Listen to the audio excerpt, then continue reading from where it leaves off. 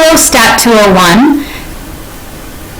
This video is to help you guys be able to navigate the software system called Crunchit through our Stats Portal website. And so here we can see that we are in the Stats Portal main page. And the point of using Crunchit is to be able to display a scatter plot, calculate the correlation coefficient, and do a regression analysis. Typically in statistics, we don't usually do these three things by hand. We either use our calculator and more typically some kind of software package. There are several different software packages that people can use. Crunchit just happens to be that one that is free and available to you through the basic practice of statistics Stats Portal.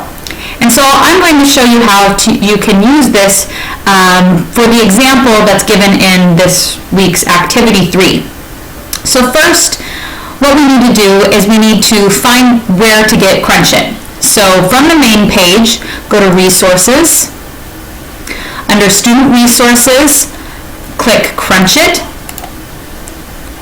Then you don't need to worry about this choosing a chapter. You can if you want, but you don't need to. You can just press Go.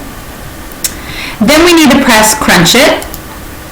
From there, you could also have selected some other data sets that you could use directly from book problems if you want to do some more practice. But for today, we're going to use our own data. So what I want to do first before I go any further is open this in a new window. It makes it a little bit larger for me. Now, just as a side note, if you were not able to get into the Crunchit page, you need to download, I believe it's the Google Chrome adapter. It should have come up onto your screen if you have started doing this. Don't worry, I needed to do it as well, and it's safe to download. So after you've downloaded that, you should be able to get into this page. Again, open the link into a new window. Now what we need to do is we need to get some data. So in Blackboard, as I've opened it here, go ahead and open up your Blackboard page. Log in to your Blackboard and choose the course that you're taking, so our ST201 401. And here what you need to do is you need to first go to the weekly units, and under week 4, you should see this hot dog and soda data set. Now what I want you to do is I want you to right click on this and I want you to save the target somewhere. So I think it's probably safe to just save it to your desktop. So press Save Target As and just keep it as what it is. So it's Microsoft Excel, comma separated values file. In addition, it's just called the hot dog and soda example, and I would just save it to your desktop or somewhere where you find is safe. Okay, so I'm going to put it into my own folder, knowing where I am, so I'm going to press Save. Okay. If you want to, you can open it here to view it, but you don't need to. Okay, now that we've saved that somewhere, we need to go back to the Crunchit. So go back to the Crunchit link and let's upload this file. So import from file. That's where we're going to get our data. Now just like any other type of program, we need to just browse our computer to find this. So here,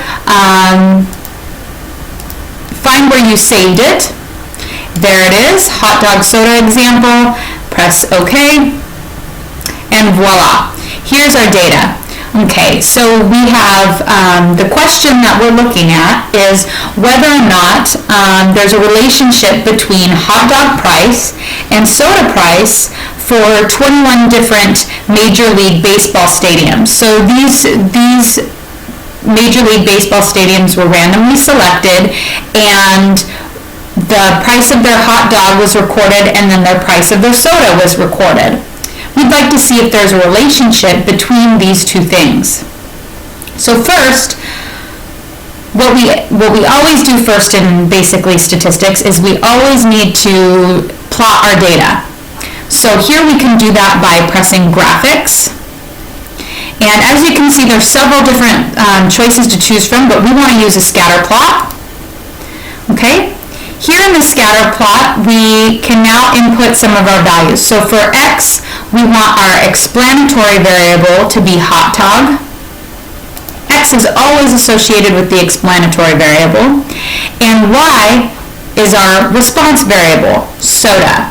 So we believe that the price of hot dog might be able to explain the price of soda. Okay? So this is our independent variable and our dependent variable. Okay. Next, we need to decide what we want to show. So I'm going to want to show just the points. And then perhaps I want to put in a title. We don't have to do this, but maybe you'd want to. So let's type in scatter plot of hot dog versus soda price of 21 major league baseball stadiums. Okay, so that kind of took a little while. You don't necessarily need to put that in every time, but it is important to put a title onto any graph that you make for the simple fact that then you can know what you're looking at. If you left it for a while and wanted to come back to an analysis, you knew which particular scatter plot was associated with which variables. Okay, here you can also label your x and y axes, so hot dog for x and soda for y. Typically you'd want to put in your units as well, so put in $sign, great. And from here, go ahead and press calculate. Okay, wonderful. Now we get a scatter plot. From our scatter plot, we can see that the relationship looks to be weak. They're not really stuck together very much. Does look like to be maybe a positive linear trend. So the points are mostly randomly scattered, so probably not too strong of a relationship. Okay, so that's how we describe and obtain a scatter plot. Next, we want to see if maybe there's any particular outliers or describe any other things we see about the relationship here. Perhaps this value here is an outlier. This corresponds to the Cardinal Stadium. And it seems as though the hot dog price is pretty expensive in comparison to its soda price. So on the x-axis, it seems to be quite a bit more expensive than it does on the y-axis. Okay. All right, next up, how are we going to find the correlation of these two variables? We can do that by going to Statistics, scroll on down to Correlation, and choose our two variables. Here it has team as one. We don't need that. We want to do the correlation coefficient is only useful for two quantitative variables.